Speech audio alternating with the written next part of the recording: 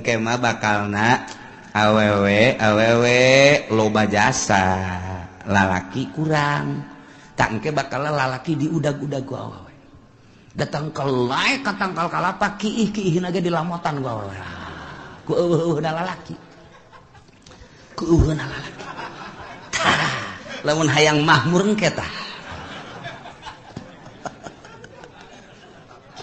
aduh haju deui zina teh ku ari makan masih kena di kamar masih kena di kontrakan eta anu kelas di hadap nu belah ditu da mah tuh di hotel di tempat-tempat anu geus puguh lokasi-lokasina engke mah di sisi jalan kos kotok ieu hayang itu dibuka sleting beres geus eta geus hayang ces beres percis kos kotok bae geus ces beres ngan digabungkeun ku Gusti Allah gabung geus moal aya nu anakan moal aya nu anakan geus dibere gabung bae lantaran dikiamatkeun kan moal aya budak leutik nah aya hiji dua ge aya hiji dua saeutik hiji dua paling meureun sadasa hiji nu reuneuh teh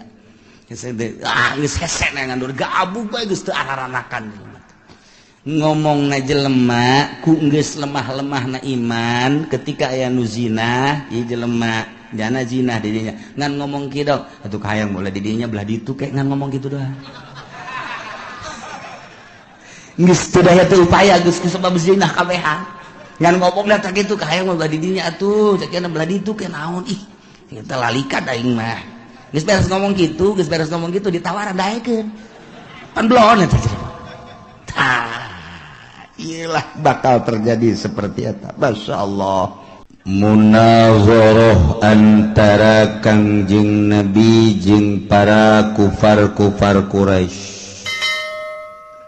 Adu dalil, adu argumentasi. Kekuatan ilmu ternyata kufar Quraisy temenge ngalawan Kangjeng Nabi Muhammad sallallahu alaihi wasallam. Di awal dicuk-curug ku Kangjeng Nabi, disusul ku Kangjeng Nabi, tetep jawabanana teu etis. Susul deui ku Kangjeng Nabi, jawabanana teu otentik. Susul deui ku Kangjeng Nabi tetep nyana geus teu bisa kukumah. Bahkan ditangtangan ku Kangjeng Nabi tetep nyana teu bisa ojah. Di akhir nurunkeun Al-Qur'an supaya diaku wahyu Allah abeh nyana di akhirat teu bisa ngadalil di hareupeun Gusti Allah Subhanahu wa ta'ala. Abeh teu bisa ngomong lantaran diturunkeun Al-Qur'an. Bisi nyana ngomong di hareupeun Allah. Taurat mah lain bahasa kami, lain bahasa Arab, Injil lain bahasa kami, lain bahasa Arab. Diturunkan Al-Quran, anzalnahu Qur'anan Arabiyya. Ayo dekumaha geus teu bisa kukumaha. Haju kumaha eta kufar Quraisy iman tetep teu daek iman. Masya Allah. Amprok jeung Kangjeng Nabi, nyaho kaistimewaan Kangjeng Nabi, nyaho keamanahan Kangjeng Nabi, nyaho kepercayaan Kangjeng Nabi teh, nyaho Kangjeng Nabi teh diutus ku Gusti Allah, nyaho diberi wahyu ku Gusti Allah, bergaul sapopoe tapi dasar teu iman mah teu iman bae. Mahal hidayah. Urang mah wauh teu ka Kangjeng Nabi, nyaho teu ka Kangjeng Nabi, hanya lingkungan anu ngadidik urang jeung ngadenge ti kiai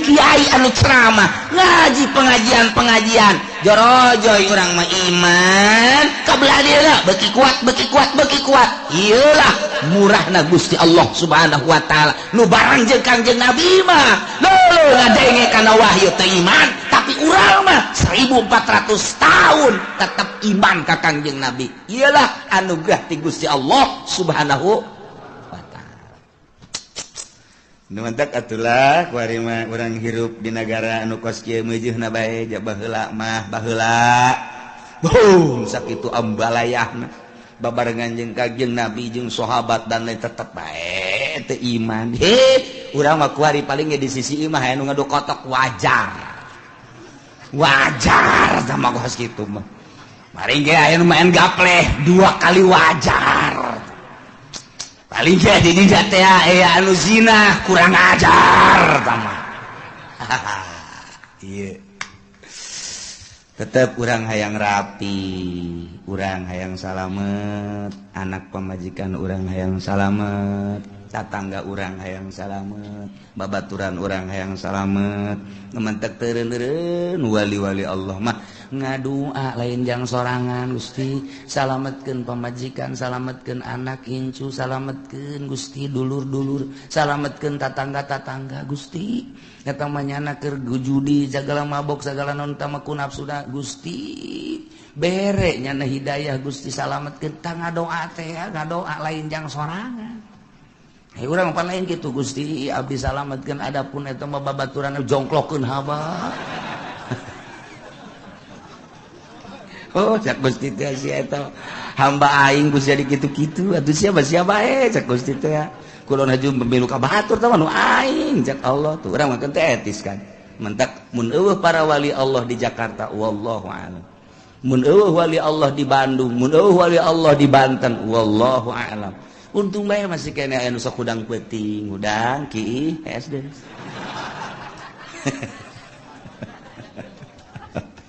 Aduh cak aki-aki teh baja aing. Maksud aing ka siap. Eta bagus eta kos kitu, eta neraka eta kos kitu. Oh, malah makiina ge geus teu ka sumur jasieun. Di botol aqua bae di jero kamar. Masya Allah kan. Teh iman ieu teh kafir-kafir teh. Buang kawarahna luar biasa. Kunaon eta ku ego. Gengsi nya kudu iman mah. Teu daek. Gengsi mah terus bahaya ya, gengsi mah terus bahaya. Harga diri kan gak ditulah wohop, asa orang kudu ngaji ke budak, eta cilaka. Masa aing mah pan kolot kudu ngagekeun budak kamari ieu, atuh aing mah nyaho kihna ge teu lempeng. Atuh uyahna ge pan ngadaru lah heulana aing, leg-leg Gus ya uyah. Bila perlu dagangkeun Gus ya uyah. Eta ego ngaranna. Ari anu tawadu mah nu tawadu almarhum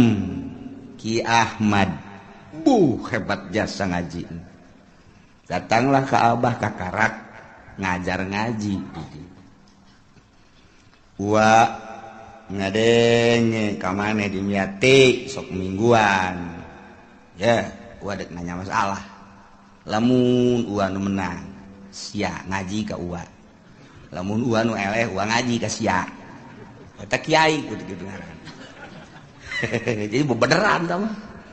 Nah hanya masalah hiji 2 3 oh datang ka saminggu us beres ua eleh damyati aya ua eleh geus ua deuk ngaji ka damyati ngan ua mah balagna hayang hikam entak eta balagnyana tah baheula di mingguan teh ya hikam di ua Haji Ahmad. Tah etalah kos kitu baheula mah kolot teh kula ge nyaho lamun tas gaji kula budak ieu neuleukeun bae kieu baeuna dongeng perang jeung Bung Karno dan lain sebagainya. Tah eta ngaranna tawadu nu kos kitu bae eleh bae kolot ya teh bodoh bae atuh masalah ngan tawadu nu kos kitu ngaranna.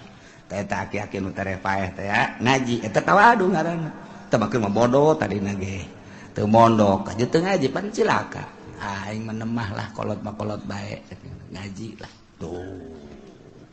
eta tawadu nu penting ulah nu handap bae tawadu.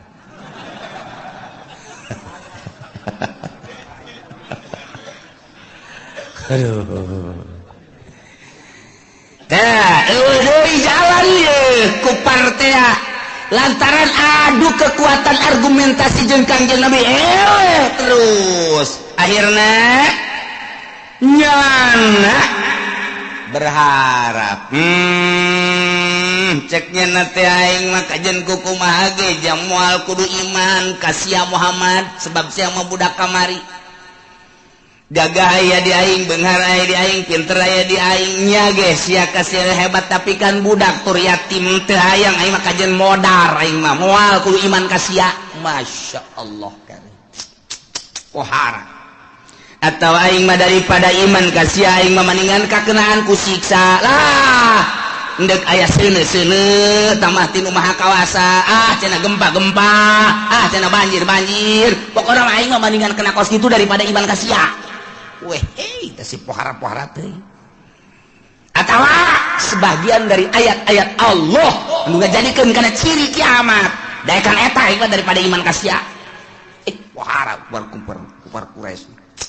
mungkin iman ka kanjeng Nabi hayang kudu iman ka sia budak kamari tah eta teh loba ku hari nu ka dieu terus nyurup ka jawara-jawara nyurup kasurupan Abu Jahal loba kudu ngaji ka nyana heulan sapiranya nyaho kiihna aing kaki iki dibahas giliran we aya tatanggana geulis dikawin ku nyana pada teh nyaho kiihna nyana baheula nyaho si kiihna nyaho teu make calanana nyaho babarengan jeung aing baheula kiihna ge wer nyana neuleukeun wae aing neuleuh ka sia aja kuari bogo pan digawin atuh pan sia nyaho kleutikna tuh aya kanu kitu man ulah bomong kitu ieu giliran betah ka budak pinter ieu tos masantren ieu dah didenge budak kamari tak kasurupan Abu Jahal dak ieu turun ayat hal yanzuruna illa an tatiyahumul malaikah aw yatiya rabbuk aw yatiya ba'du ayati rabbik hal yanzuruna tengah dago anu ngabohongkeun ka anjeun Muhammad ngabohongkeun ka wahyu ka Al-Qur'an padahal geus dijelaskeun pan kamari teh bahwa inna za Qur'an teh lain lalawara tetapi manehanana teu daek iman ngabohongkeun ka Al-Qur'an tepati jana ngadagoan kecuali hayang didatangan ku malaikat supaya nyabut rohna daekan keneh paeh aing mah daripada iman ka Al-Qur'an wow iji ayatia ba'du ayati rabbuk ay amru yakni siksa atawa aing mah daekan keneh ngadagoan siksa Allah atau sikap pangeran lah daripada iman ke Muhammad iman ke Al-Quran ayangnya atau ayatia ba'du ayati rabbik datang sebahagian tanda-tanda pangeran anjing nunuduhkeun kana kiamat nyana geus daun dina Taurat dina Injil geus dijelaskeun Kangjeng Nabi geus dijelaskeun tanda-tanda tereh kiamat geus ditandakeun geus dibejakeun dina Injil dina Taurat teh dibuat dina Al-Qur'an teh jasarua kitab samawi Zabur Taurat Injil Al-Qur'an teh akur pada kitab samawi nauhidkeun ka Gusti Allah jeung nyaritakeun tanda-tanda kiamat aya nu mantak nyana nyaritakeun ayati ba'du ayati rabbik atau aing madaekan kene datang kana saware didatangan saware tanda-tanda kiamat. Tadi gara aing mah daripada aing iman ka Al-Qur'an mah. Aing kitu naon tanda kiamat? Iyalah. Yauma yati ba'du ayati rabbika la yanfa'u nafsan imanuha lam takun amanat min qabl. Padahal mah di mana-mana datang tanda kiamat, sebahagian ayat-ayat pangeran anu nuduhkeun kana yen kiamat bakal terjadi. Di akhir zaman bakal aya 10 tanda kiamat. hiji dajjal, dua dabah, tilu khasapun bil masyriq, gempa di wetan, khasapun bil maghrib, gempa di kulon, khasapun bi jaziratin, di jaziratil Arab, ini jelas pak gempa di berbagai benua, benua Asia, benua Eropa, benua Afrika, benua itu Amerika, gempa di mana-mana bakal terjadi. Eta tanda geus tereh deukeut ka kiamat. Ditambah deui jeung dukon aya haseup unggal nagara engke bakalna. Ngan haseup tersebut kan poang gede-gede nama engke di Timur Tengah. Bakal aya haseup kadeuleu ku kabehan geus teu bisa ditahan tamah haseup. Unggal nagara ge aya haseup, ngan haseup eta mah pohara dukon eta mah. Datang ke poek sadunia poek ku haseup eta. Ieu tanda geus tereh datang ka kiamat. Tambah deui nomor ka-7 tulu'us samsi min magribiha. Muncul panon poe ti kulon. Tambah deui Ya'juj wa Ma'juj ke-8. Ke-9 turun Kangjeng Nabi Isa alaihis nomor ka-10 bakal aya narun takhruju min adan tasukun nas ilal mahsyar. Sono ieu mah bakal nanti adan. Wah, luar biasa. Kuari mah kakarake seuneu fon doang. Fon teh naon kira hartina? Tuh, siamanya hobay kan? Ya osok neuleuh meureun. Fon. Ieu dibawa ti nagara ka nagara terus aya nu nasional aya nu internasional diiring ku kabehan wah dipuji-puji eta teh buatan Yahudi jeung Nasrani ngalambangkeun bahwa seuneu teh sesembahannya baheulana nu kuari diagung-agung dunia nyaho kabeh engke mah bakal aya seuneu sadunya kadeuleu ku kabehan lain diiring-iring bahkan ieu mah bakalna seuneu teh ngiringkeun jelema ka mana bae ditutur-tutur geus geus dibalikeun ku Gusti Allah. Masya Allah kan. Nah iya bakal terjadilah seperti yang tadi dijelaskan. Demandak Imam Tabrani nyaritakeun di sana di Nabi Zar gol Nabi sallallahu alaihi wasallam.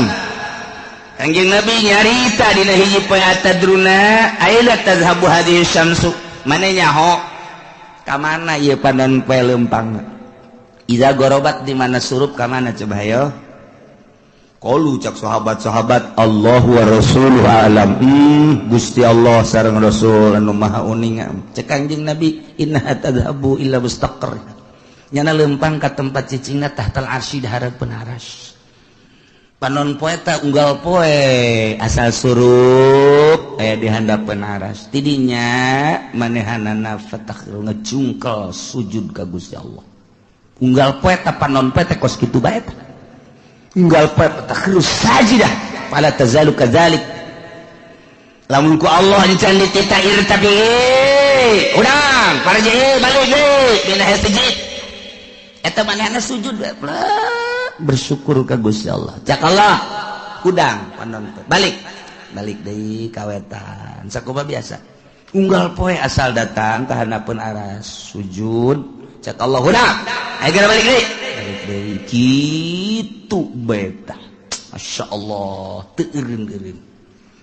datang ka kuari masih keneh kitu bae bakal terjadilah engke eta panon poe teh ku Gusti Allah lain titah kana tempat biasan fa iza aradallahu ayutli'aha min magribiha abisah.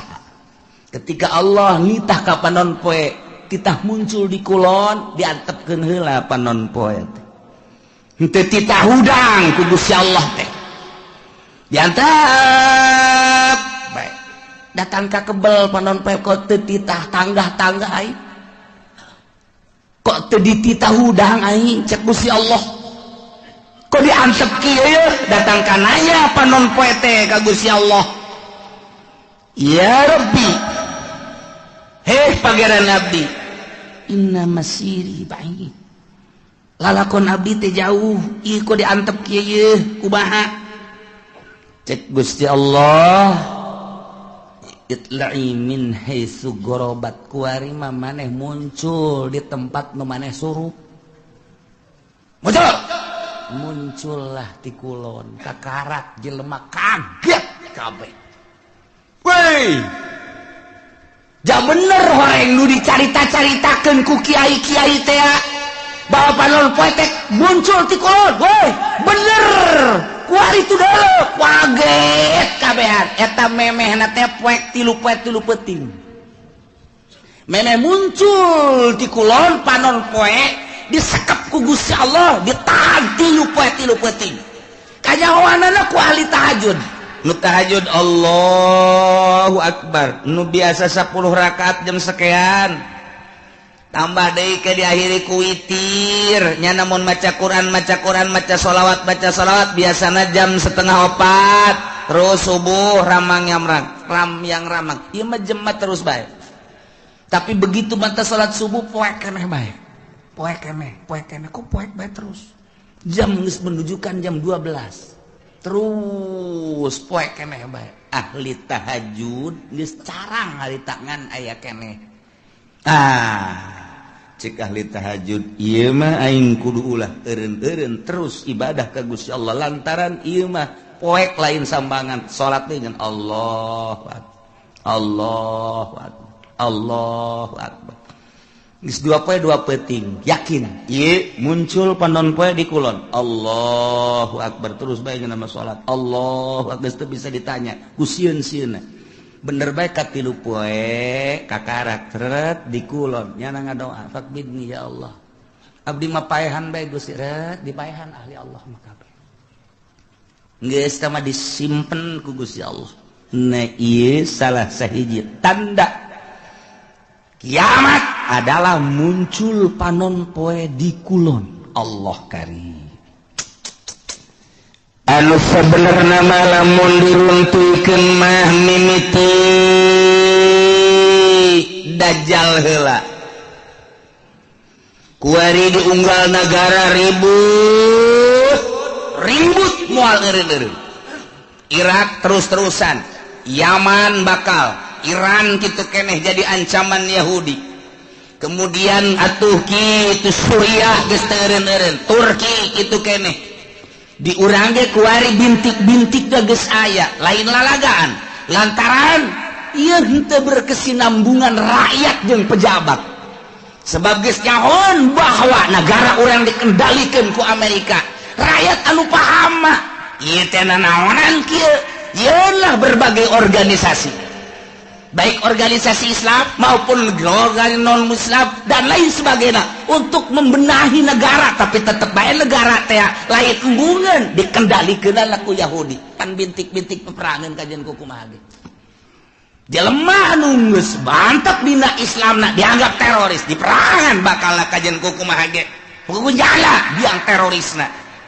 terus teureun organisasi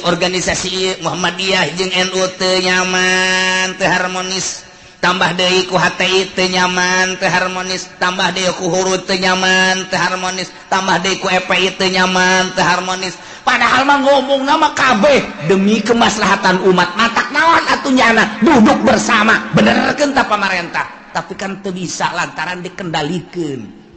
ku Emrik mah bisa geus kajian kuku mah hage ieu mah geus lalakon kos kieu baja kuari ge presidenna teh geus nyaho aya teh dipilih ku ahli teh pemilihan geus aya si eta kok bisa kos kitu bae pengendalian mah nah engke kan mulai riwuh-riwuh organisasi jeung organisasi tos mulai ayeuna ka parlemen terus iya ribut lah pasti bae ribut engke nyabelah rakyat jeung pemerintah sebab pemerintah dikendalikan ku Yahudi tidak berdiri sendiri rakyat embung dikendalikan ku Yahudi atau ku Amerika timbullah engke bakal tentara bagi dua polisi bagi dua ribut pasti di negara Irak model kos kitu Iran model kos kitu Suriah model kos kitu nu kuari eukeur bae Mesir Suriah seperti gitulah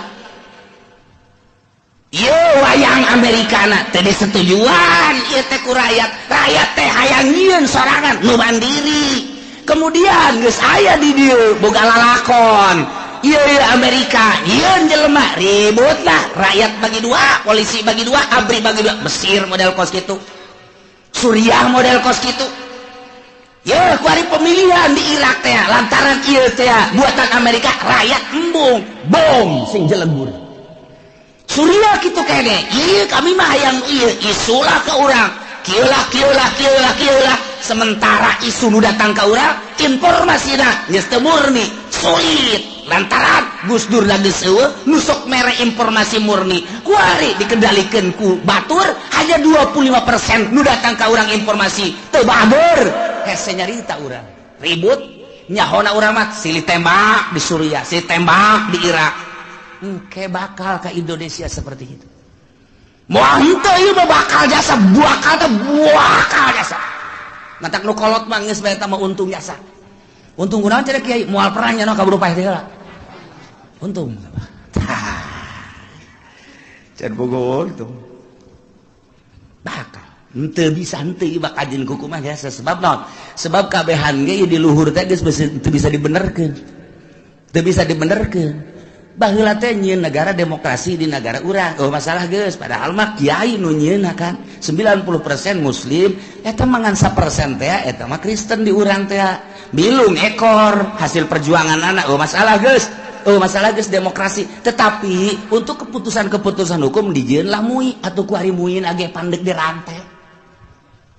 Lha kumaha eta teh jang naon? Jang supaya hukum-hukum Islam teh ngeunaheun. Disteril kumui, geus ditosran lah kumui. Urang damai hirup teh. Ketika aya hukum-hukum Islam, geus aya perwakilan urang melalui bahsul masail angsongkeun ka mui. Jadilah engke keputusan mui kan ngeunah ku ari muina dikendalikeun ku si itu. Ya kumaha atuh? Mantap geus we perangan teh lain di Suriah, lain di Mesir, lain di Irak, lain di Iran, lain di Yaman, lain di Turki, lain di kitu berbagai negara-negara Islam nu keur diobok-obok di Indonesia kitu keneh. Atuh engke lamun geus kabeh mah atuh kabeh ka Eropa, ka Amerika, ka Australia ya perang. Bakal teh moal turun dajjal lamun teu peperangan. Moal. Cirina haram sekitarna di lebaran, Madinah di lebaran, eta teh nyana nyaho atawa henteu ka peruntukanana nu jelas engke bakal jadi untuk penampungan manusia di berbagai negara. Ribut lah, geus kacau di unggal negara, Irak teu eureun-eureun, Iran teu eureun-eureun, Suriah, Mesir kabeh. Woi, Al-Azhar tinggal Al-Azharna Indonesia dan lain sebagainya. Hayang nyalametkeun diri kamarkah kaditu didesak pemerintah Arab engke supaya membuka lebar-lebar bagi urban di berbagai negara sebab geus kacau lah luar biasa hese geus teu bisa diredakeun. ABRI bagi dua, polisi bagi dua, berbagai kekuatan bagi dua. Aduh hantem rakyat nu milu jeung ieu nu milu jeung ribut. Hayang salamet agama ka Mekah. Mekah mah diamankeun jeung Madinah sementara. Kadari itu kajeun ngampar ge di dinya kajeun teuing, ngampar di dinya. Terus mantap ku dilegaan, kurang mah barang dilegaan ingetlah sejarah hadis Kanjeng Nabi. Wow, tereh berarti. Tah ke dajjal lah turun. Wah, kaunggal negaranya nama hiber dajjal mah.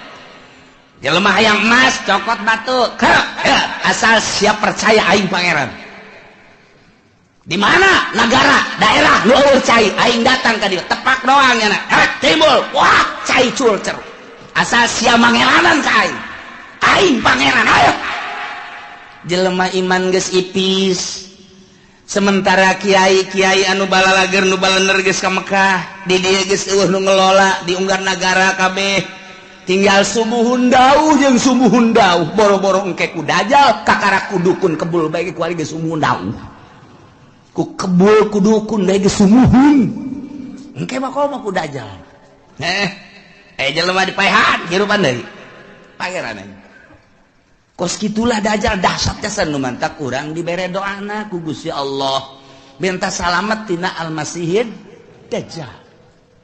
Selantaran wah jelema gelo kabeh iman ka Dajjal. Dajjal teh pangeran. Jelema hubu dunia, hayang dunia. Naon bae dicekel jadi dunia. Hayang emas jadi emas, hayang duit jadi duit, hayang motor jadi motor. Ku hari mah ngridit engke mah hayang naon sia? Mio. Puh, Mio datang. Dek. Sia naon hayang naon? Hayang Avanza. Berem, heut Avanza ngajogrog. Sia hayang naon? Ieu mah cenah hayang hartop aya tuh di ditu tuh aya. Los cokot ku sia tuh hartop. Teu leumpang akina rusak. Atuh geus bacem. Hayo sih hayang awe watu jelema ngagayok eta lah nomor kahiji Dajjal. Nomor kedua setelah Dajjal nuzul Isa, turun Kangjeng Nabi Isa. Turun Kangjeng Nabi Isa ngan aya anu nyaritakeun memeh Dajjal ieu adalah Imam Mahdi heula. Geus teu kuat kabeh ngadoa Gusti minta diturunkeun Imam Mahdi. Aya jelema kasep kemudian salat teureun-eureun Allahu Akbar pas di maqam Ibrahim. Allahu Akbar. Nu wani ngaganggu urang Arabna urang mamana ge ku harismana ku kasepna gagahna Allahu Akbar teureun-eureun salat bae. Sapoe, 2 poe, 3 poe mulai suara-suara aya nu kasep salat bae di dinya. Wah mulai, wah diperhatikan, wah iya tanda-tanda, iya bener Dajjal. Hakarat. Begitu mana salam, dicekel, ditanya, manis lu? Tidak ngajawab. Sangaran, tidak ngajawab. Kabeh nyebutkan ente Dajjal, ente Mahdi. Tidak kakarat maka sebuah. Wallah ente Mahdi. Kakarat. Wah ditangguh, perjuangkan. Mahdi. Ilah Mahdi, nu bakal jadi kesatria. Eta bakal non istimewa mah berjuang melalui Imam Mahdi. Mantak kuari geus loba tuh di Cikupa aya Mahdi hiji. Tapi tukang main gapleh teh mah di Bojong Mahdi hiji. Teman niruan sendal bae deui. Si Mahdi macam-macam Mahdi. Terus Dajjal, ku Dajjal mah. Maka segeralah nuzulu Isa, turun Kangjeng Nabi Isa alaihis salam. Dibantulah Kangjeng Nabi Isa kusaha ku Ashabul Kahfi nu ayeuna di Yordania. Nu kamari kuring sadayana zarah ka ditu. Ieu Ashabul Kahfi. Wah, buuk ngarundai ka handap. Lantaran besar bara 1000 tahun atuh ti zaman Raja Dikianus datang ka ayeuna. Kuku para ranjang jas halis muna panjang nuantak besi aya di mana bae nubukna panjang wah iya Ashabul Kahfi kajian kuku mah sing hade ulah di baturan sing hade juri ge mah ieu turun ti Gunung Karang masalah ini. Wah gararaga muksal bina tamlikho zunwanus martunus saribunus palyastatiunus ngirta ieu tentara-tentara Allah anu bakal bareng jeung Kangjeng Nabi Isa alaihis Dajjal diudang ku Kangjeng Nabi Isa. Umpat ka mana? Dia udang terus. Eleh lah ku Kangjeng Nabi Isa. Kangjeng Nabi Isa dakwah di dunia. Masya Allah istimewa jasa. Terus Kangjeng Nabi Isa dakwah. Saha nu nyaritakeun bahwa kula pangeran batil. Bohong, goblok cak Kangjeng Nabi Isa. Kula mah sakadar utusan Allah. Mata kurang lamun nyaritakeun kos kitu teh jelas kurang kuari pangeranan. Mantak pada tahun 300 sekian musyawarah konsili disebutna mun baheula konsili mun di urang mah muktamar para penggede. Begitu muktamar ngejelaskeun ieu teh untuk memutuskan apa Isa itu adalah Tuhan. Jadi dituhankeunana teh ku uskup-uskup eta teh hasil konsili. Jadi berarti hasil musyawarah. Jadi nganunghankeun pangeran ngamangerankeun ka Kangjeng Nabi Isa teh adalah pada tahun 360 sekian ta eta teh meunang hasil muktamar. Jadi masyarakat supaya nyaho bahwa pangeran teh Isa hasil muktamar disebutna konsili keblon. Aya pangeran urang pangerankeun ju. Ayo geus urang pangeran mantap aya sababaraha muktamar anu hadir di dinya henteu milu ngamangerankeun ka Isa dibunuh pan. Dibunuh hari itu tetap Isa pangeran. Jadilah datang ka kuari Tritunggal. engke Kangjeng Nabi samarah saha nu ngajadikeun aing pangeran aing mah rasul anu kuari ngajalankeun syariat Muhammad aku aya da jeung Kangjeng Nabi urang mulai malah kawin Kangjeng Nabi sapan baheula teu kawin da ieu kuari mah kawin ke bakalna turun ka dunia nyana dakwah terus jelema istimewa kabeh iman nyana kawin ngan teu lila Kangjeng Nabi Isa diangkat deh maot Kangjeng Nabi Isa mulai kacau deui ya ngan nu baragus geus mulai ku Gusti Allah langsung aya angin seger asal ngambe angin eta pae asal ngambe angin eta maot nu ibadah ka Allah marah maot ya Allah ya Rabbi tinggal Cameron bakukul geus luar biasa bakukul deui Belah tidinya turunlah Ya'juj wa Ma'juj. Urang lamun nyarita dina Al-Qur'an aya Ya'juj wa Ma'juj anu dibendung ku kitu Zulkarnain. Urang mun maca surat Kahfi aya. Ke dihareup bakal dongeng Ya'juj wa Ma'juj nu Kangjeng Nabi waktu Kangjeng Nabi tas Isra ningali bendungan imam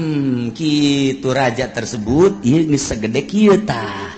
Sedangkan iya dekaluar geus sagede kieu cak Kangjeng Nabi engke bakal gede di akhir zaman bakal kalaluar di bada kalaluar Ya'juj wa Ma'juj terus bae ngadaharan naon aya bae manusia di dahar hewan di dahar segala rupa di dahar wah Ya'juj wa Ma'juj mah ieu mah tangkal kayu sok bala di daharan bae ieu datang anu pohara geus mantak baheula ku Zulkarnain di bendung ge raja sadunya Raja Zulkarnain dikuat dina Al-Qur'anul Karim ngan eta bendungan Raja Zulkarnain teh ya nu kuari di laut manana ieu ditelusuri ke berbagai ilmuwan dunia seluruh benua Asia, Afrika, Amerika, Eropa, Australia. Ya urang teangan coba bendungan Zulkarnain teh di mana ieu sebab Ashabul Kahfi kanyahoan Kangjeng Nabi Syuaib kanyahoan dan lain-lain sebagainya kanyahoan urut Kangjeng Nabi Elut kamari laut mati aya kanyahoan kabeh aya ieu teh di dunia nu aya dina sejarah nu di Quran teh aya kabeh kemudian piramid aya Firaun aya dan lain sebagainya aya ieu bendungan Zulkarnain ieulah anu encan kapanggih datang ka per detik ieu nah tapi geus mulai kuari kanyahoan geus mulai berbarengan jeung kanyahoanana kapal Kangjeng Nabi Nuh kapal Kangjeng Nabi Nuh teh kuari teh aya keneh kapalna aya keneh kapalna geus sindek urang kada itu hayu di mana cenah Kiai lah sia mah diajak ka Banten ge hararese komo ka ditu atuh di Gunung Arad teh di Turki tah eta teh di luhur gunung aya setiap jelema nu kadenya teu kuat paeh jalan luhur melalui udara tetep bae teu kuat didinya geus digambar saat koreng didinya aya peninggalan kapal Kangjeng Nabi Nuh alaihi salam judi nah geus kapanggih eta tinggal ieu bendungan Zulkarnain nu diditunan di bendung ieu Ya'juj wa Ma'juj di mana ieu bahkan ilmuwan alkohol Amerika pernah asup ka hiji daerah nya ge kaget kok hewanna kos karari ceulikna lain irungna lain bahasana lain tak eta teh nyada kaget di dinya aya hewan seperti kieu yeuh teu kajawan nya lagi di mana tapi ketika jana perem ngadengela suara azan Allahu akbar Allahu akbar tak aya di daerahna deui berarti eta dibukakeun hijab mata asup Islam eta jelema eta asup Islam loba jasa di Amerika anu menemukan di Inggris, di Belanda, kemudian asup Islam. Loba, ieu keur carita hayang mengetahui tentang bendungan Zulkarnain. Geus kapanggih aya sababaraha menemukan buah ieu cuman buah doang. Ketika aya seseorang anu menemukan hewan seperti itu apa ieu Ya'juj wa Ma'juj teh. Maka manehanna ngadenge suara azan. Kemudian bentak geus lain di dinya deui. Tah eta teh negara-negara kos kitu teh loba urang ge. Kuari ge urang nu ka Banten aya nu aju ka dulu istana kerajaan eta berarti diajak ka negara itu kamari aya deui nu liwat ka dinya bae oh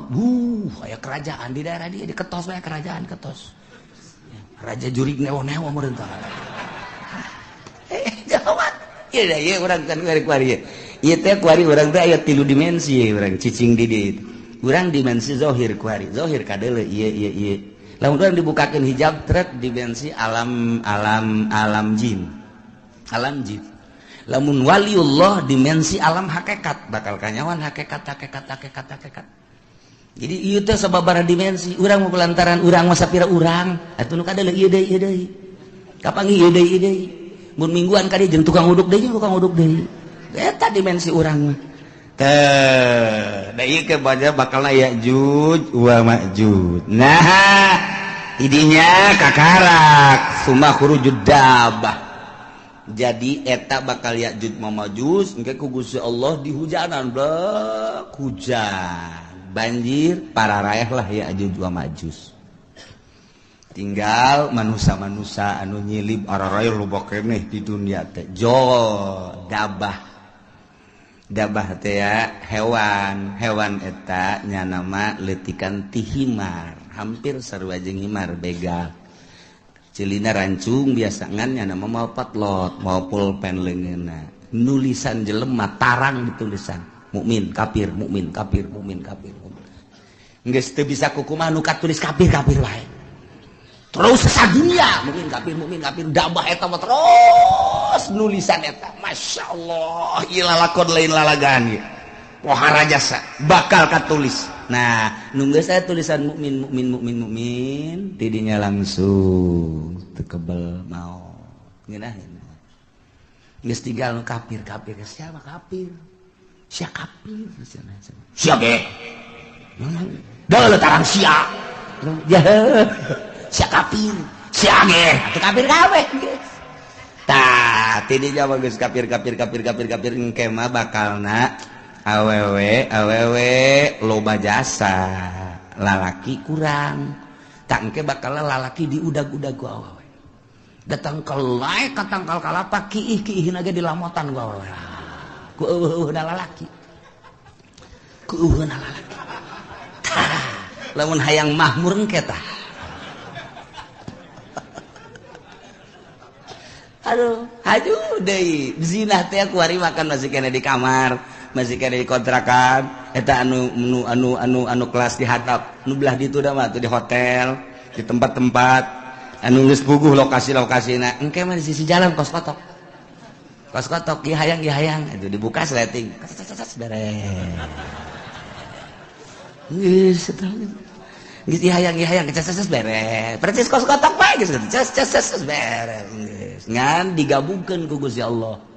gabung geus moal aya nu anakan moal aya nu anakan geus we dibere gabung bae lantaran dikiamatkeun kan moal aya budak leutik nah aya hiji dua saeutik hiji dua paling meureun sadasa hiji nu reuneuh teh geus hese ngandur gabung bae geus teu araranakan ngomongna jelema ku geus lemah-lemahna iman ketika aya nu zina ieu jelema jana zina di dinya ngan ngomong kieu dong atuh hayang mulai di dinya belah ditu kek ngan ngomong kitu doang geus teu daya teu upaya geus sebab zina kabehan ngan ngomongna teh kitu hayang belah di dinya atuh cekeuna belah ditu ke naon ih kita lalikan aing mah geus beres ngomong kitu ditawaran daekeun pan blon eta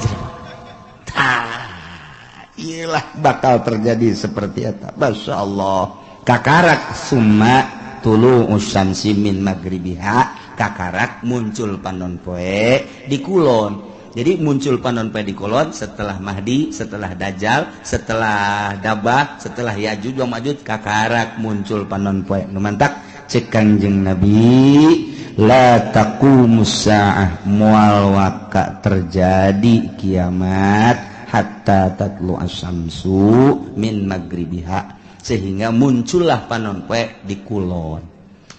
tah ieu teh ditangtangan ku kafir teh urang Quraisy nyaon dina Taurat dina Injil geus dijelaskeun nu mantak nyana lah aing mah daripada iman ka Quran jeung ka Muhammad maningan ge hiji lain cabut nyawa aing nomor kedua maning disiksa ku Gusti Allah nomor katilu Allah maning turunkeun bae tanda-tanda kiamat di antarana muncul panon poe di kulon nu mantak ketika muncul panon poe kumaha tangke bakalna yauma yati ba'du ayati rabbika la yanfa'u nafsan imanuha lam takun amanat min qabl dina poean datang sebahagian tanda-tanda pangeran yakni tere datang kiamat wahiyatul usyamsi muncul panon pemin maghribiati kulon sakumaha geus dijelaskeun dina hadis Bukhari Muslim tah ketika muncul panon poe di kulon teh la yanfa'u nafsan imanuha lam takun amanat min qabl Allah mangpaat kawak-kawakan ka hiji jelema ka sahabat imanuha imanna lam takul amanat min qabl anu manehanana encan iman memeh eta mah geus begitu muncul panon poe di kulon nyana can iman haju nyana nyao ieu teh tanda kiamat berarti bener kiamat teh nyana iman geus tutup pintu sigotaka teu mangpaat samasakan jujung kelan nyana asyhadu an la ilaha illallah wa asyhadu anna muhammadar rasul geus tutup tamang geus tutup bae pokona asal muncul panon poe di kulon geus tutup syahadat tinggal syahadat zikir tinggal zikir jelema kabeh bakal neangan masjid tandana masjid eta adalah hiji aya kubahan dua aya menarahan tilu aya tihangan masjid mah mantak pake tihang bae tanda masjid adalah tihang engke di akhir zaman ditareangan eta ngan geus hese neangan masjid geus areueuh lantaran dibongkaran model di urang ge kuari keur dibangun masjid di berbagai negara di berbagai daerah di berbagai sudut dibangun lantaran masih keneh nyaman jeung aman nu ibadah loba keneh di akhir coba engke lamun terus dikendalikeun ku Amerika nu jadi gubernur Jakarta kuari Ahok lamun aya Jokowi naik Ahok kafir tidak menutup kemungkinan engke Serang bupatina kafir Pandeglang bupatina kafir lamun di Jakarta Ahok engke diserang si Cenglu oh di Pandeglang si Tegwan ayo si Tangerang si siang-siang melingseng guys udah beres kabeh ayo sia mangkaning ge bae tuh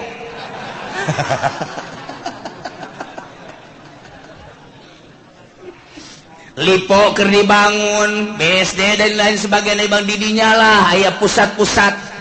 kegiatan-kegiatan kafir nu geus kanyahoan bae kapan dinasa baheula teh didinya teh aya senjata nu sakitu lobana deuk nanaon eta teh si Haryati Haryati teh saha hah sakar ngaranna boga nasa anu ditangkep teh pan sia nyaho pan babaturan sia Hartati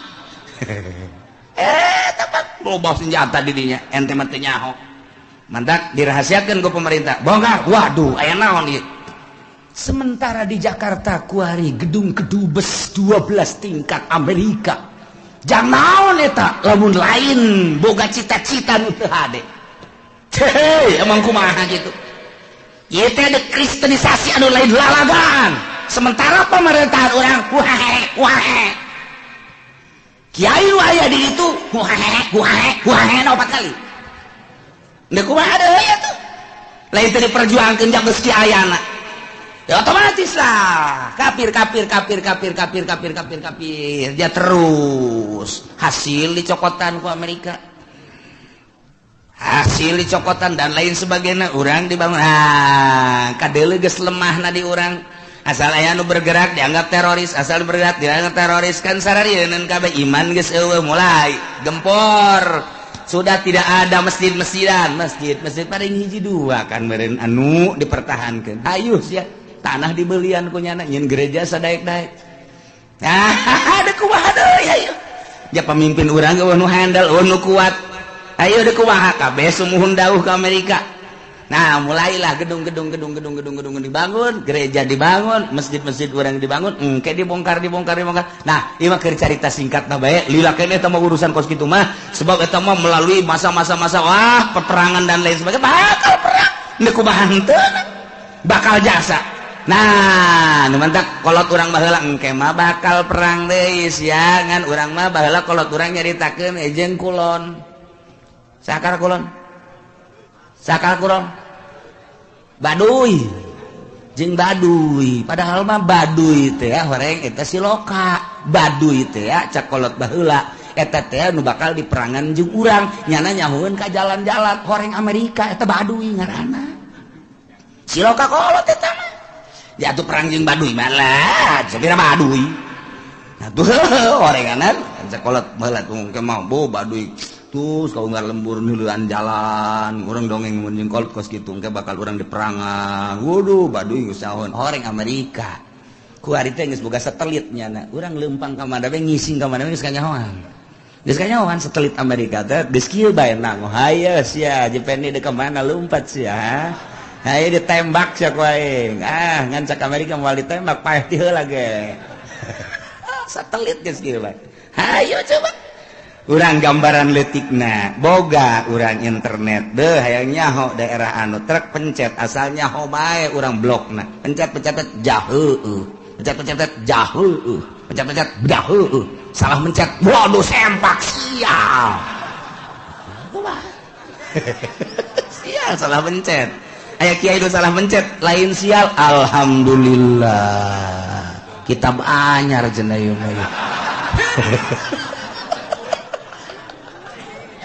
aduh Masya Allah aya dinya merekna Kiai Haji Google waduh bener Masya Allah di akhir jawan geus rek kumaha coba ya lalakonna nah engke begitu muncul panon poe ti kulon kakara kabeh maca syahadat neangan masjid geus eueuh lantaran ciri masjid teh aya kubahan aya menarahan jeung aya tihangan ku hari masjid geus teu make tihang geus mulai kan ku hari ge masjid teu make tihang masjid mah make tihang minimal 4 ku hari geus teu make tihang geus teu make wah cenah geus eta bahkan aula nu ka situ mah abe fungsina babari cenah main badminton bisa didinya main bola bisa, didinya main takraw bisa, kemudian main gitu tenis meja bisa, dan lain sebagainya bisa. Tak jadi berarti fungsinya geus lain multifungsi deh mah 10 fungsi. Tuh, eta lah. Geus esen yang masjid syahadat tinggal syahadat. Nah, la yanfa'u nafsan imanuha lam takun amanat min qabl. Teu aya paedah. Jujungkelan kafir-kafir kabeh para maca syahadat percaya ieu teh kiamat lantaran panonpet timbul ti kulon tetep teu aya mangpaat aw nafsan lam takun kasabat fi imaniha atawa awak-awakan anu tadina manehanana teu pernah ibadah teu aya mangpaatna nyana iman nama ka Gusti Allah cuma teu pernah salat teu pernah puasa harita mulai tobat ka Gusti Allah la tanfa'uha taubatuha teu mangpaat tobatna geus bae doraka bae sanajan nila tobat tutup pintu sigotaka tobat-tobatan hari itu nisat Masya Allah kul bejakeun Muhammad intaziru tungguan gitu ahada haril asya nu tadi diceritakeun tanda-tanda deukeut ka kiamat timimiti dajjal mahdi dajjal ya'juj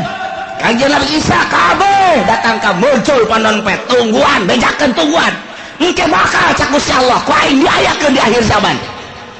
bejakeun tungguan aya yang kos kitu mah teu iman ka anjeun teu iman ka Al-Qur'an tungguan kege bakal inna muntadirun tuhan bakal kapanggih kege Masya Allah diawali engke kuloba perjudian permabokan jeung perzinahan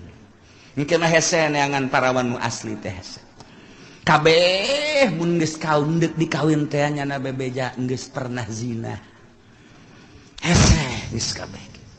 waduh luar biasa urang mun nyaritakeun perzinahan ku ari ulah kudu di Amerika di Inggris di Belanda di Perancis di Jerman ulah negara kafir geus jelas di urang ku ari siswa sekolah Bandung Surabaya hese nyaritakeunana di kontrakan jauh ti indung bapak cacak aya di hareupeun indung bapakna nu ditalingakeun si hadesya reuneuh bae komo jauh ti indung bapana iman kurang duit kurang deui jang mayarkeun kontrakan atuh pandang karak kumaha deui kenapa pandang karak atuh ieu saya yang penting ada yang bayarin kontrakan sakian teh enggak bagus gitu kececes beres eta ya kececesan segala Masya Allah nah iyalah caritaan ku parkures nunang tangan ka Kangjeng Nabi terpercaya ke Kangjeng Nabi jeung ke Al-Quran endahan manehanana nang tangan hayang paeh lah hayang datang siksa lah hayang tanda-tanda kiamat cak Gusti Allah geus bedakeun Muhammad ka manehanana tungguan ke bakal datang urang kuari geus ditungtung kuari mun ditingali sejarah target akhir zaman geus darareukeut jasa sebab tanda-tanda deukeut ka kiamatna geus aya mata geus bae kuari mah urang mah sakadar ngaji ieu mah supaya nyaho jang naon jang supaya urang bisa mengendalikan diri abeh urang salamet fid dunya wal akhirah lantaran hese deuk dikukumakeun ge ieu mah geus bae urang jeung urang jang urang bae geus urang rapih ke anak urang di akhir zaman mah kuari geus teu boga TV teu boga HP teu ngridit wali geus sakitu ge geus peangan coba nu teu boga HP hese jasa aya cenah kulah teu boga kiai benar sia leungit can meuli deui laon bangda henteu timbul ti nurani atuh kiai bae boga HP da 3 kiai nu hiji diceuli nu hiji diceuli nu hiji diirung laon bantah kiai atuh komo pedagang atuh masyaallah eta mah terserah ieu mah keur nyaritakeun karusakan nu warokna mana na ieu lah urang ngaji supaya nyaho horenganan karusakan teh geus darareukeut jasa urang salametkeun diri urang eueuh nu leuwih karunya ka diri urang iwal ti diri urang salametkeun diri urang pamajikan urang anak urang urang luruskeun menuju Allah Subhanahu wa taala urang teh pan aya 2 malaikat disebutna malaikat hafadzah katuhu aya dikenca aya ke asal maghrib asar nu ieu naik ke turun jang nu peuting disip sarua malaikat ke disip aya sip 2 nya ge sarua oh malaikat peuting malaikat berang-berang ya taqabuna silih ganti nu berang-berang nu peuting-peuting ta eta teh malaikat hafadzah ngaranna atawa sok disebut kiramul katibin malaikat pencatat tak eta malaikat pencatat ya moal pisah-pisah jeung urang kecuali 3 hiji ketika urang junub malaikat hafadzah atau kiramul katibin ngajauhan urang sebab kaambeuna hangru awak urang mun urang junub mantak urang lamun hayang dibarengan sanajan urang kitu junub wudu nggak masalah tuduh abeh malaikat tetap aya di urang nomor kedua ketika goit ketika urang ngising malaikat embungeun cekeun aing mumpung ka tempat bau-bau kos gitu malaikat lain parantina tuh aing mah embung nya nungguan di tukang di luar kalamun urang geus beres ngising na karak nomor katilu ketika urang jima jeung pamajikan ketika orang jima jeung pamajikan nyana mundur sebab nyana membungeun kos kitu embung aing mah kos kitu mah urusan sia teh kos kitu mah wah beres eta malaikat bungeun nah disalian eta terus bae jeung urang naon bae dicatet ta ieu mentak istahyu cek Kangjeng Nabi sing isin maraneh kabeh ka malaikat nu aya di gigireun maneh geus urang jaga lantaran nyana selalu nyatet ka urang sing isin ulah sok sataranjang sebab nyana embungeun ngabarengan urang sataranjang lamun aya jelema make carana pokek sakieu eta malaikat ngajauhan embungeun bung jakeun aing meneuleuh-neuleuh kos kitu tah teu hayang montak ulah rapi tuh kan ya wala taksibu kullu nafsin illa 'alaiha jadi jelema anu ngalaksanakeun dosa kembali na kanyana keneh nyana musyrik yang nyana kafir yang nyana munafik yang nyana maksiat yang wala taziru wizra ukhra wala taziru waziratu wizra ukhra wala taziru mual bisa nanggung nafsu nawakawakan waziratun anu berdosa wizra ukhra kana dosa nu sejen boro-boro nanggung nu batur pugununya naga setengah eugeg dosanya dosa orang teu bisa dosa orang ditanggung kunyana boro-boro dosa atuh cangkilang di urang ge ku ari urang dek Mekah rebo urang babawaan tas gede geus puguh di kabin kemudian atuh tas letik aya 2 kemudian tas paspor di dieu hiji beubeulian segala kapal segala naon boh rebo sakumaha tas balik di Vietnam balik di Mekah tah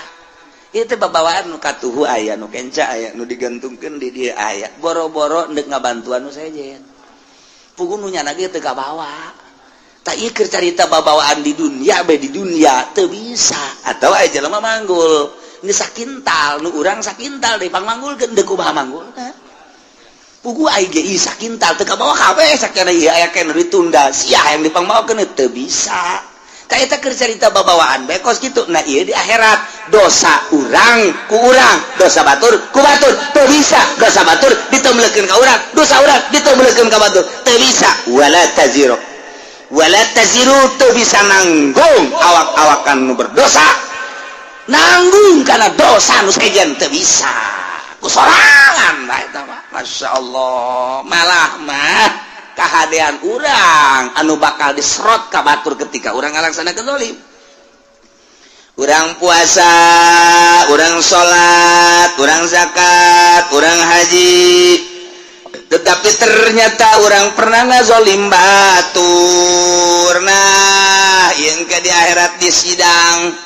begitu di sidang teh salat urang bagus zakat urang bagus segala rupa urang bagus jol bae jelema anu dizolim ku urang teh neluh misalna urang nampiling misalna urang najong misalna urang ngomong atau urang nyaga caprak di hareupeun batur datang ka batur teu ngeunaheun atawa modal pamarentah aya jelema ieu boga bangunan di dieu kemudian atuh ieu teh kena planning pemerintah tanpa diganti gaet bae pemerintah zolim ngaranna eta kan zolim nu kitu ngaranna kata orang boga taneuh kemudian dicokot ku batur tah ieu tah zolim ngaranna urangna puasa urangna salat urangna zakat tapi aya taneuh batur dicokot ku urang sia sing hade di akhirat timbang begitu ditimbang bagus jol jelema malaikat ya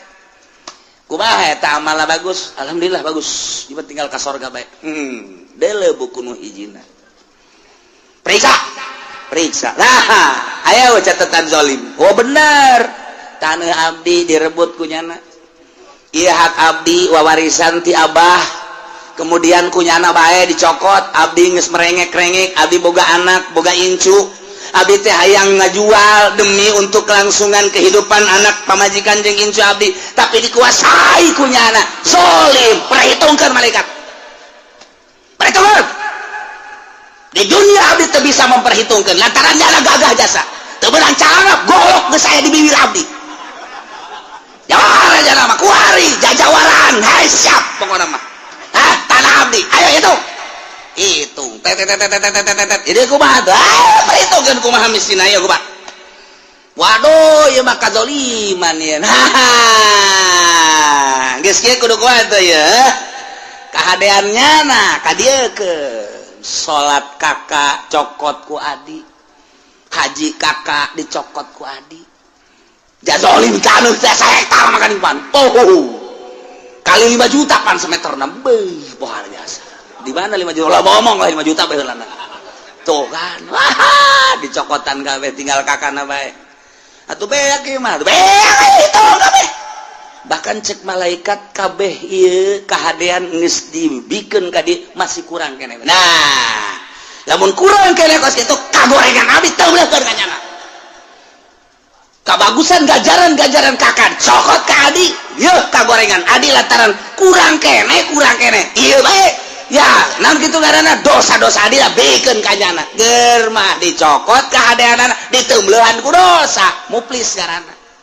cek Kangjeng Nabi manil muflis nu muflis mah engke nu datang di akhirat ganjaranana dibikeun ka nu ngazolim dah naon kitu era dosa nu zalim dibikeun ka nyana yes tinggal nyana nu ka neraka tinggal ieu bae ngeunaheun si adina ai surat dadah kakak sorga tinggal kakana bae ngeuleujeng ka neraka tah eta mun carita jeung kakak carita jeung tatangga carita jeung dulu mentek ngeunahkeun urang mah lamun kos itu aya nu dicokot ku batur. Asal bisa mawana bae sia. Di akhirat sia ku aing. Geus beres. Urang tetep lu urang boga motor jalaina ngeridit ieu mah aing meuli asli jasa cokot ku batur tinggal urang mah hak bae. Laporan ke polisi engkena bakalna waduh leungit embe kudu bayar ku sapi mah bakalna. Polisi di Indonesia mah kos kitu leungit embe urang bayar ku sapi malah geus aing ngomong.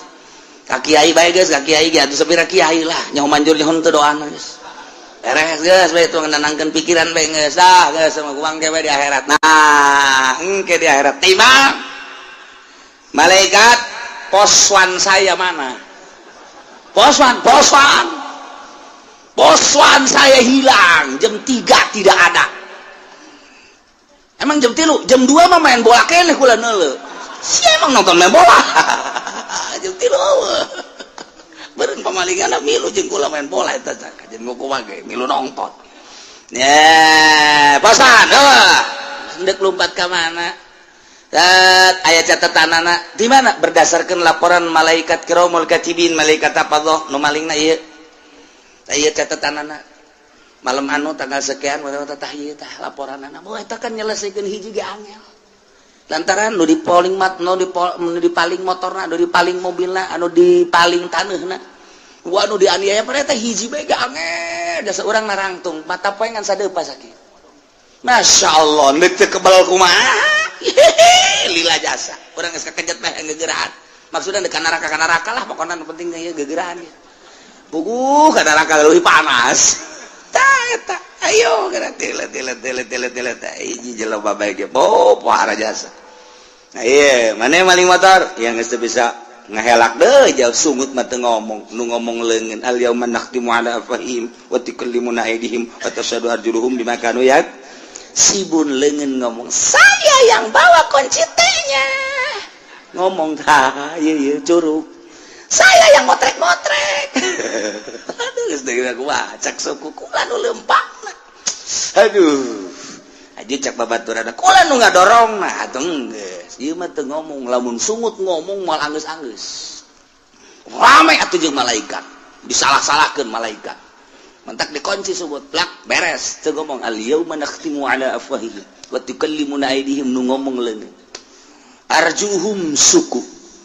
wa beh bima kanu yaksibun naon nu kunyana dipigawe ngomong kabeh ya Allah nah iyalah wala taziru wazratu wizra ukhra summa ila rabbikum marji'ukum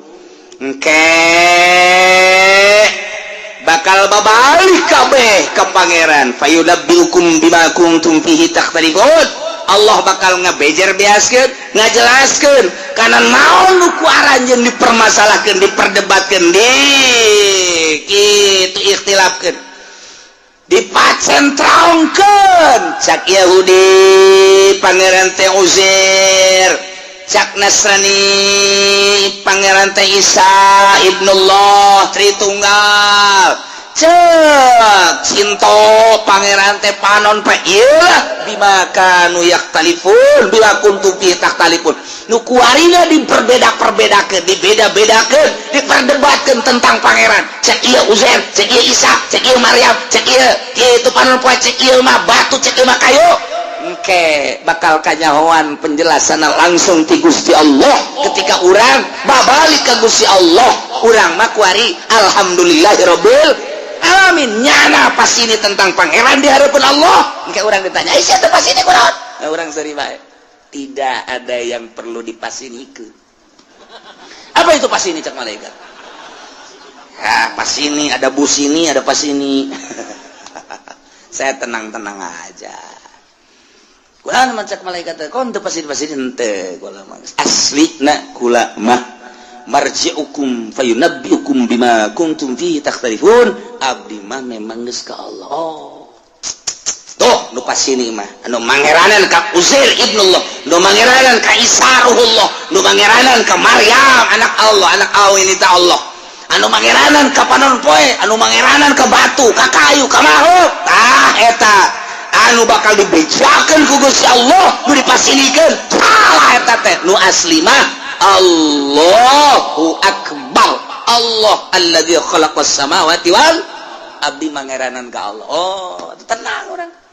mata kurang neuleuh nu pasini engke di akhirat teh urang mah tenang we kalep aja kada si Rudin kemah bangun tenang amat tenang kolot tenang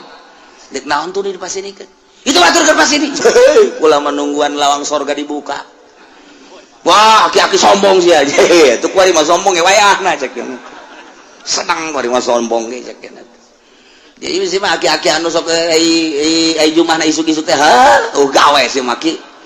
gawe naon teh mah ka Allah pangeran Allah kuari nu bogana Allah anu ngetaratur ka segala rupa Allah ye sagedeung deui ieu deuk bawa ka sorga ku Allah aduh aing henteu hanjaka teu kosia we ki ye kuari si hanjaka baheula mah sia aing hayang ngabonceng Gusti teh dibawa pan kuari kakara kerasa Gusti ya engke bakal yang jadi aki-aki anu nurut teh nuju mana isuk bae nuju mana 11:30 tapi 11:30 kayak lumayan kene sih endog-endog bae menang wa huwa alladzi ja'alakum khalaifal ardi wa rafa'a ba'dakum fawqa ba'din darajat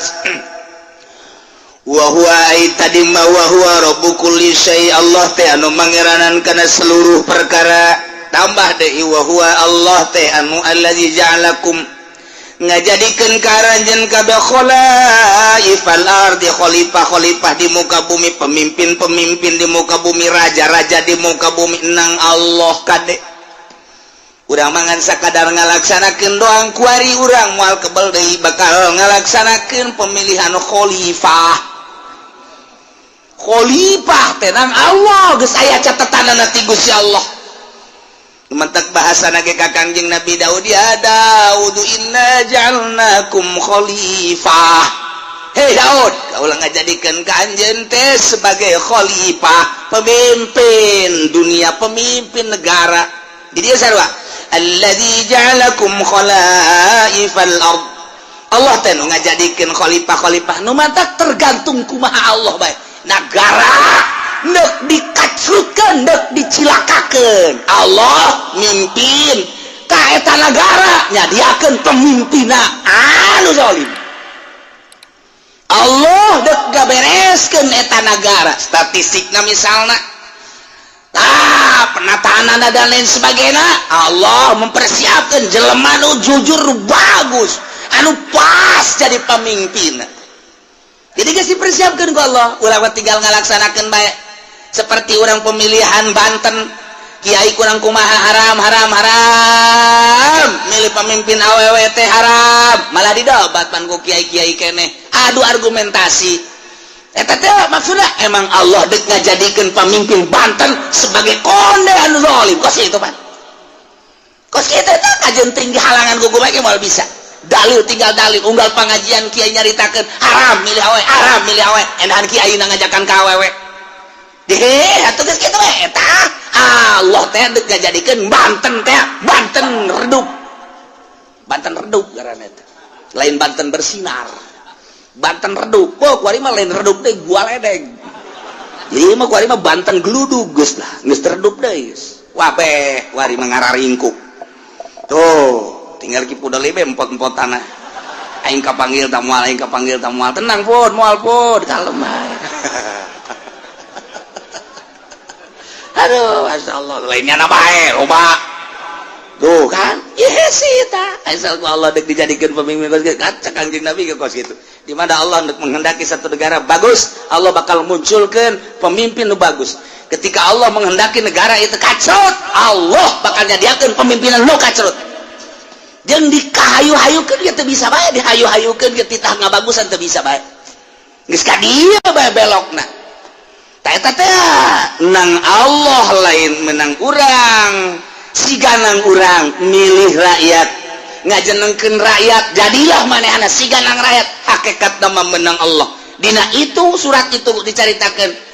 inna ja'alnakum khalaif nah ieu ge sarua khalifah ieu ge sarua wa rafa'na kitu ngara wa huwa allazi ja'alakum khalaifal ard Allah teh ngajadikeun karanjeun kabeh kana pamimpin-pamimpin bumi di mana bae ge kudu aya pamimpin aja ngurus negara urang teh teh geus sabaraha persen dibawaan bae ku Amerika ka ditu urang mah ngan sakadar hampasna doang urang mun nyaritakeun kos kitu begitu beluna ka Amerika tolol amat goblok amat atuh ta Amerika lantaran kakayaan bumi pertiwu urang teh kunaon kunyana dibawaan bae ketika ku urang diarahkeun ulah nuturkeun Amerika tuh yuk urang ka dieu yeuh kanu lurus uang teh Amerika tetep bae ketika pemilihanna hese bae berarti Allah endek ngajadikeun negara urang ambruk tinggal pilih bae dek diambrukeun dek dihenteukeun terserah suara rakyat suara Tuhan iyalah bahasa ahli filsafat artinya Allah menghendaki melalui suara rakyat terserah rakyat dek milih ka mana endek dibenerkeun negara dek henteu berbagai argumentasi jeung hujah adu argumentasi tapi awas sing hade dek ka mana arahna sing hade nah ieu negara urang ieu teh perlu pemimpin Allah bakal ngajadikeun diserahkeun ka urang pemilihanana walaupun hakikatna memenang Allah wa huwallazi ja'alakum khalaifal ardh Allah nu ngajadikeun khalifah apakah Prabowo nu bakal jadi apakah ieu teh Jokowi nu bakal jadi apakah memang jurig salian ti eta nu bakal jadi teh jawaban urang teh dua nu keur adu kekuatan nama sanu nyaho ke aya jurig muncul bae aya calingan teh urang lamun anu pro Prabowo ngaistimewakeun Prabowo dalilna loba urang anu milih Jokowi pro Jokowi dalilna loba hese kos kitu mah lantaran ngarasa boga kepentingan sehingga kabeh ka Jokowi lantaran nyana mah kepentinganana hana semet beuteung doang nyana teu memiliki negara Indonesia aing mah penting mah hirup beuteung aing jembluk beres jembluk bahasa Cina teh jembluk penting beuteung aing jembluk nyana mah sok Cina mah cicing di mana bae apa memiliki nyana bahwa ieu negara nyana henteu nyana mah urang dek nuturkeun kos kitu silakan ayo argumentasi nu ieu mah memiliki negara tapi kan hese di kitu-kitu masyarakat boga pilihan aing pan usaha lamun henteu bergaining jeung Cina ke bakal kumaha pilih bae geus ka dieu ambruk berarti aing mah milih ka dieu bae lah lantaran aing mah anu terserah tah ambruk ge henteuna nganu jelas mah kabeh ge nu geus ka dieu hese di ka dieu keula nu geus ka dieu hese di ka dieu keula lantaran boga kepentingan masing-masing geus dibere acuanana tetep bae lebih mengarah kepentingan kuari bae gitu ayo partai Islam nu ngadukung ka dieu pan eta teh meureunana boga kepentingan teu saluluguna dukung kitu henteu NU ngadukung ka dieu aya kepentingan kajeun kumaha ge aya kepentingan kajeun kumaha ge jadi berarti kahijab anu ngadukung ka dieu aya kepentingan kahijab tai kepentingan ieu lah anu ku urang dek dibersihan teh dina ilmu thariqah mah mun dek ibadah carita mun dek ibadah satungtung aya kepentingan di luar Allah silaka eta teh nu hese ge nu mantak ditanya Tuan Syabdul Qadir Tuan anu istimewa si kumaha ibadah istirahatkeun abdi pugu geus istirahat awak mah gampang tondo istirahat mata sare cali geus terlalu loba ngadengekeun kitu suara-suara istirahatkeun ku urang bisa sare bisa ka gunung bisa ka leuweung awak lantaran terus-terusan bae urang bekerja capek istirahatkeun ku urang mungkin istirahat di puncak di Indonesia mah di Bali misalnya ka Singapura misal istirahat gampang tama kos kitu mah cek Imam cek Tuan Syabdul Qadir istirahat kos kitu mah tama istirahat nihil nu hese kumaha Tuan nu hese mah ngaistirahatkeun pikiran diistirahatkeun tina gejolak dunia nu tadina dunia bergejolak dina pikiran urang tina sapeda hayang motor tina motor hayang mobil ge hayang sababaraha macam istirahatkeun geura kos kitu teh buka tunda di dieu indah ge urang tadina hayang boga jabatan ti dieu hayang ka dieu mun karyawan teh mah karyawan biasa hayang personal hayang jadi kitu wakil direktur jadi direktur istirahatkeun geula simpen di dieu segala rupa istirahatkeun urusan duniawi istirahatkeun ka Allah keun hiji kumaha carana tuan carana gampang nuku urang diangan-angan nuku urang dipikir-pikir soal dunia eta teh fana rusak bakal ditinggalkeun urang bakal ninggalkeun dah imak nyana ninggalkeun urang ti heula wa imak urang ninggalkeun ti heula nu jelas mah kabeh ge rusak disebutna fana masa sih urang ngudag-ngudag nu rusak nu bakal ditinggalkeun maningat ge urang ngudag-ngudag adu bako pikiran orang kanu maha bako Allah subhanahu wa ta'ala awalun bilan tidak wa akhirun bilan tiasok lempengkeun geura ka Gusti Allah angan-angan piceun timpen di dina tak istirahat eta nu hese mah istirahat mata mah reup hees istirahat ceuli mah gampang malah istirahat mata mah bari ngaji ge loba toel kuda sia ngaji istirahat mah nu kos kitu mah istirahat mata istirahat ceuli istirahat awak gampang cek Tuan Syekh Abdul Qadir nu hese istirahat angan-angan jeung pikiran lamun eta geus bisa diistirahatkeun tek ketika ayana naon aing keur istirahat di kos kitu ayalah tawaran jabatan teu aing keur istirahat aya tawaran awewe teu jore tapi aya ke harapannya eta tolol teu goblok istirahatnya setengah-setengah tahu istirahat Masya Allah orang lamun geus bisa ngaistirahatkeun kos kitu mata hate ka Allah akhrij hubad dunya min qalbika fa inni la ajma'u hubbi wa hubad dunya fi qalbin wahid kaluarkeun geura hubud dunya dina hate lantaran cek Gusti Allah aing moal ngahijikeun hubud dunya jeung hubbu ka aing di hiji hate kaluarkeun nu mantap diibaratkeun ieu teh awa iktea okos kitu non ngaranna okos belantara urang lempang ninggalkeun belantara sesrut geus ketinggalan ta dunia hiji keur ngahareupan akhirat kuari urang aya di ranah akhirat ternyata ranah akhirat ge masih kena hijab kene tinggalkeun teu kanyunieun akhirat geus ninggalkeun dunia ninggalkeun akhirat kuari urang kanu nyieun dunia jeung akhirat Allah mun geus kadinya indah jasa eueuh kabungahan kecuali bareng jeung Allah eueuh kasenangan kecuali bareng jeung Allah kieu bae sih kuari kieu ye urang lempah babarengan jeung nu boga pabrik egel waduh egle geus kuari bae egle geus urang babarengan jeung nu boga di pasir teh pabrik naon garang-garana Gajah Tunggal urang ka Jakarta ka Bandung bareng merasa bangga sebab naon ieu nu di sisi urang teh nu boga Gajah Tunggal dek ka restoran mana tinggal dek ka hotel mana tinggal reup dek hiburan nu mana tinggal daek sebab nyanalah nu sugih menanggulangi urang aya satu kebanggaan nu hayang bangga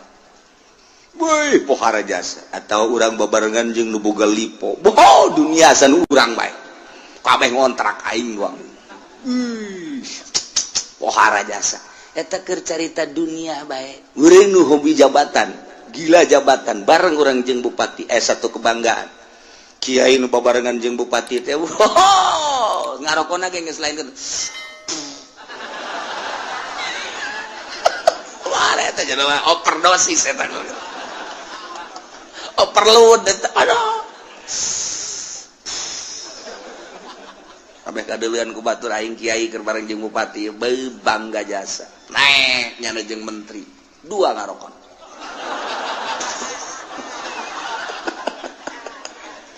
pohara jasa komo jeung presiden mah nyana lamun naik mobil jeung presiden SBY misalna hulu nonghol dekat tabrak henteu pokona mah geus kitu bae eta mah satu kebanggaan atuh cak polisi ge we ieu geus make nguing-nguing ieu make patwal geus kudu kitu teu ya patwal mah aing mah kana kadeuleum tolol teh macam we eta da satu kebanggaan turun teh beung jeung presiden eta dunia teh mah urang mah kuari bangga jeung nu nyieun langit bumi katutna jeung Allah Masya Allah karim anu sugih papadana anu gagah papadana beunghar papadana anu sagala-galana tandingna kok teu bangga sih jeung Allah Masya Allah mentak hanya wali-wali Allah lah anu seri sorangan sebab rasa indah duaan jeung Allah senyum sorangan bunga jeung Allah batur mah boga mobil riweuh rusak kudu ka bengkel bensinan tetap sekirus Lexus tinggal Lexus baby band tinggal baby band mogok bae kajen kukuman tapi urang mah jeung Allah ketika babarengan jeung Allah geus teu kudu naik mobil Lexus baby band kanon gitu ngaran mobil-mobil mewah teu kudu hayang ka mana sia cak Allah teh abdi mah hayang ka Mekah hayang leumpang apa hayang ibarat kumaha Gusti betul ngalengka bae itu tah dideukeukeun kan lawa eta Baitullah keur ngalengka jeung Allah mah babarias ya Allah mobil geus nilaian kapal nilaian naon sebab teu kudu ngabensolan teu kudu ngabensinan teu kudu ieu mah deukeut jasa dibere ilmu toy geus datang Mekah kuari yang mah deui cak Allah hayang balik ka Indonesia deuk naon tuh rindu ka anak tolol sia mah pan keur jeung aing si rindu ka anak ka pamajikan meureun ya gitulah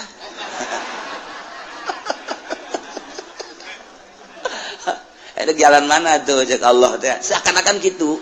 dek jalan luhur cara manuk dek jalan handap sapakala cara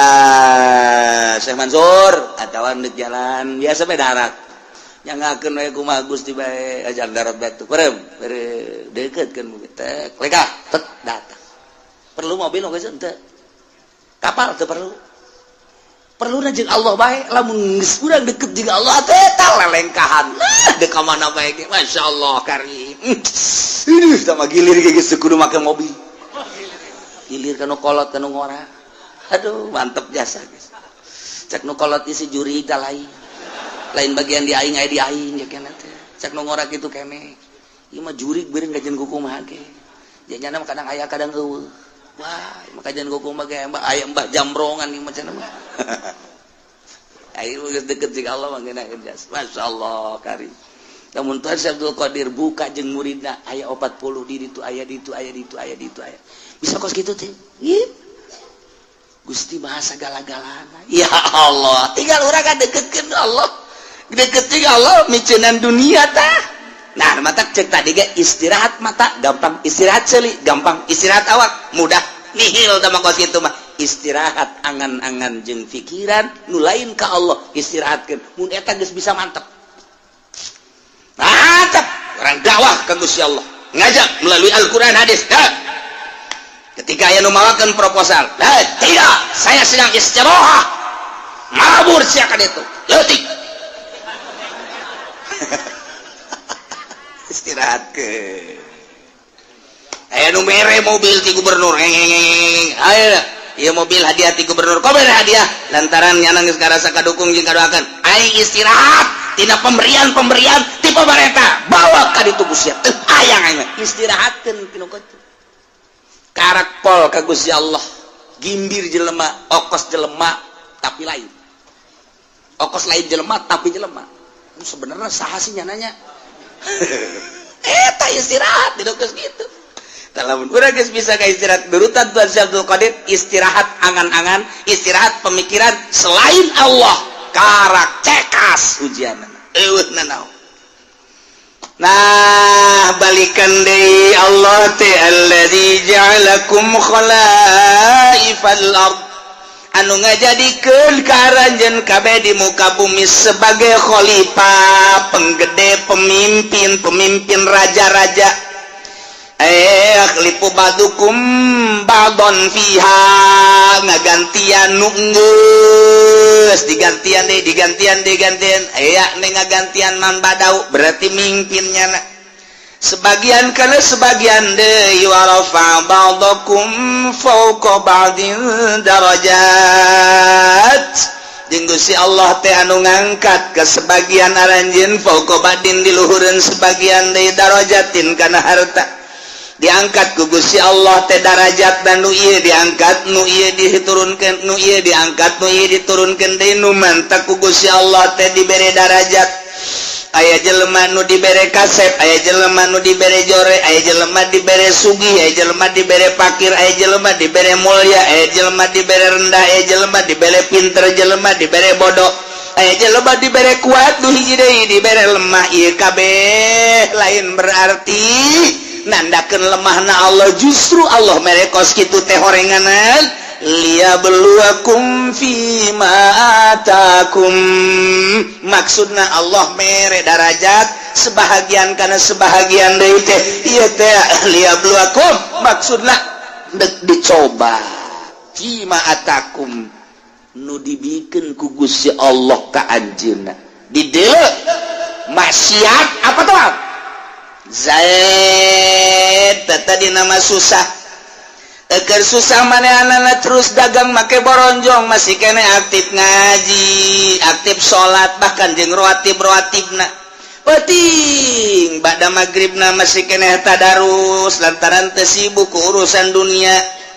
bada isana ge aya pengajian di mushola jana masih kene milu terus balik ka imah nyana istirahat penting sempat kene tahajud bahkan bari wiridan sholawat jeung sajabana eta teh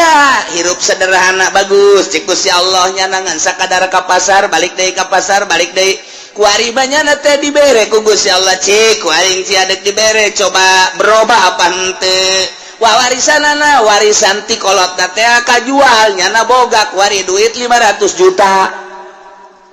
nyin ruko rumah dan kontrakan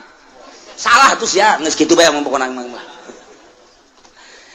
toko aya rumah aya dan lain sebagainya ngaroko nu tadina kalo kuari gudang garam sarua jeung PNS gudang garam ge ganti Samsu kurang mantep lisong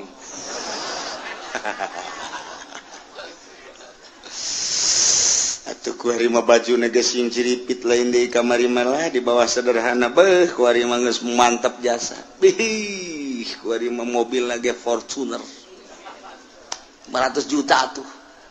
pohara jasa geus kajieun ruko jeung boga mobilnya ngadean imah kotrek aya beh pohara jasa kekembangan di sisi mana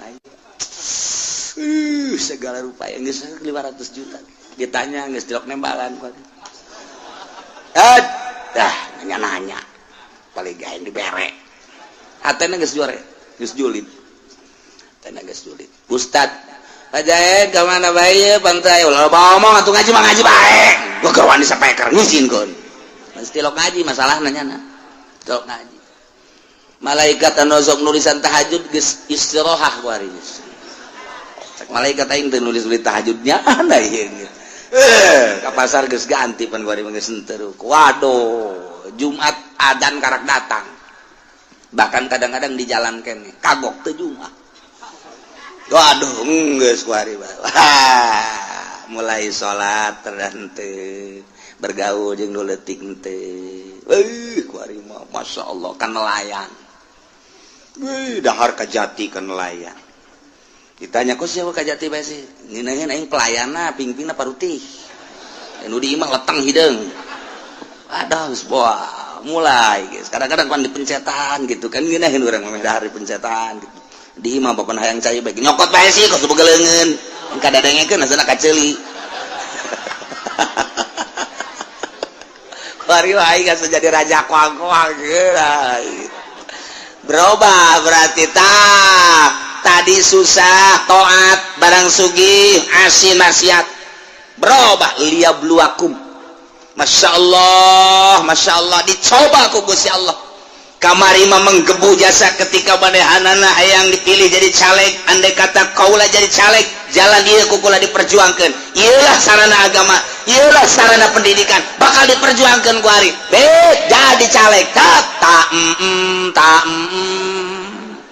kapan ge henteu teh caleg teh ku galedeg kitu teh caleg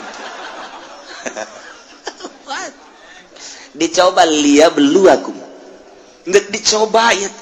kamari mah kerja di santri kene masyaallah nya teh masyarakat luar biasa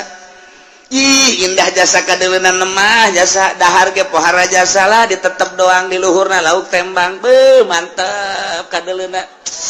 sakitu jeung tembang doang ge jeung jengkol bae jeung aya bae cabe dirinya dirames di dieu sambelna ge henteu digocok deui henteu geus langsung bae nya mah ieu ta multidimensi sungut teh nya bari nyambel di dieu bae geus tapi bareng tas daharna waduh kesangan duha kaburu ngaji kaburu salat kaburu jeung masyarakat jeung babaturan ngan keur susah barang jadi kiai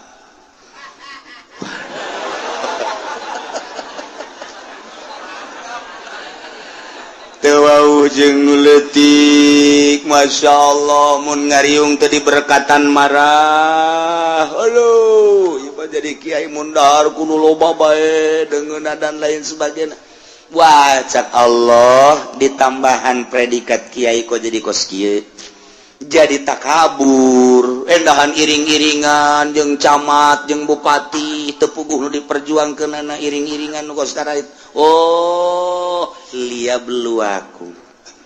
dicoba berbagai macam nu susah disugihkeun anu pinter anu bodoh dipinterkeun nu lain kiai dikiaikeun coba ta ieu lah wa rafa'a ba'dakum fawqa ba'din darajat liyabluwakum fima atakum istiqomah henteu manehanana ketika istiqomah ngaji bae keur susah ngaji kesenang ngaji bae kemudian nyana teh keur pakir ngaji sore ngaji bae jeung jelema kitu-kitu bae istiqomah berarti ieu mantep ieu dicobana ku Gusti Allah toat bae dah keur teu boga mah pikiran zakat aing barang engget-engget ya ibadah naon kitu ngaran aya ta dunia ya zakat barang sugih jasa poho zakat liya beluaku masya Allah mentak fluktuatif ku Gusti Allah teh naik turun kadang orang dibere susah kadang sugih ieu perhatikeun ku Allah dicoba susah sia kos kitu ibadah sugih sia kos kitu ibadah kos kumaha coba yuk nah kuari sehat keur sehat sia pohara jasa keur gering coba kumaha keur sehat kumaha keur gering kumaha keur ai keur sehat tilok Allah-Allahan ai keur gering Allah-Allahan barangnya na berbaring di rumah sakit Allah eta sanu ngobrol bae awaskeun aing kaganggu zikir aing Allah ulah ngarobrol bae dinya kitu bejakeun aing keur zikir Allah cak anakna abah ieu keur sehat bae jatilok Allah ulah loba ngomong atuh sia loba ngomong sia nyinggung ka aing goblok cak anak nangeunaan ngadenge apa ku ari mah keur muriang mah Allah-Allahan bae bah maningan muriang bae sia sia naonan ka emma ge bager ka emma abah ai keur sehat mah beak dicak-cak didangkak po dicarekan bae kula nu sedih nama barang muriang mah sia ka mana ulah kena ka mana gitu ampura tangeunahna sadaq kula abah mah maning ulah cager-cagernya dicoba ku Gusti Allah boh barang deuk sehat teh rada sehat deui ku ari masih ka mana tuh cak lagi mending ulah cager abah mah dicoba eta ya Allah liya beluaku masyaallah nah, supaya stabil keur susah keur senang keur sehat keur gering keur sugih keur fakir keur jadi rakyat keur jadi pejabat tetap ka Allah masya Allah mantap biasa wa rafa'a ba'dakum fawqa ba'din darajat maksudnya liyabluwakum fima atakum awas inna rabbaka sari'ul iqab sanyanya pangeran anjeun kancang capat nyiksana bagi jelema nu berubah anu tadina ibadah jadi henteu atawa tadina teu ibadah leuwih radikal awas inna rabbaka sari'ul iqab kancang nyiksana cepat nyiksana kacepetanana lantaran diudang paeh siksa wa innahu laghafurur rahim sanyana Gusti Allah teh maha pisan ngahampura yakin aya laman di dinya gopurna segat mubalaghah yakin jasa Allah teh maha hampura jeung maha welas asih lantaran manehanna nama dipakai ibadah bae ka Gusti Allah susah teu boga naon ibadah barang boga naon hartana dipakai ibadah bae senang pakai ibadah ekernya lemah ibadah bae kuat ibadah kerja di rakyat jadi ibadah kerja di pejabat jadi ibadah bae nah ieu mah disadiakeun wa innahu laghafurur rahim